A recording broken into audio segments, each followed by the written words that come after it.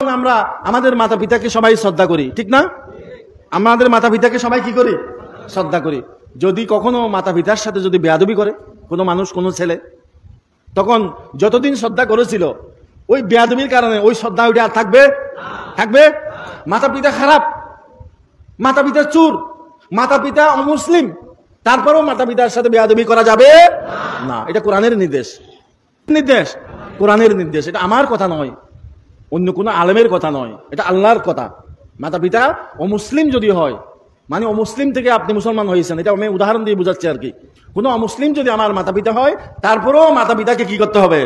শ্রদ্ধা করতে হবে, সম্মান করতে হবে। মনে থাকবে তো? তো এখন অমুসলিম যদি মাতা পিতা হয়, তাকে যদি সম্মান করতে হয়, শ্রদ্ধা করতে হয়, তাহলে মুসলমান হলে করতে হবে না? করতে হবে কিনা? আপনারা সবাই করেন তো? কখনো মাতা পিতা যতই আপনাকে কষ্ট দেখ, যতই আপনাকে গালি দেখ, মাতা পিতার সাথে বেয়াদবি করবেন না। মাতা পিতার সাথে বেয়াদবি করলে দুনিয়াও বরবাদ, আখিরাতও বরবাদ।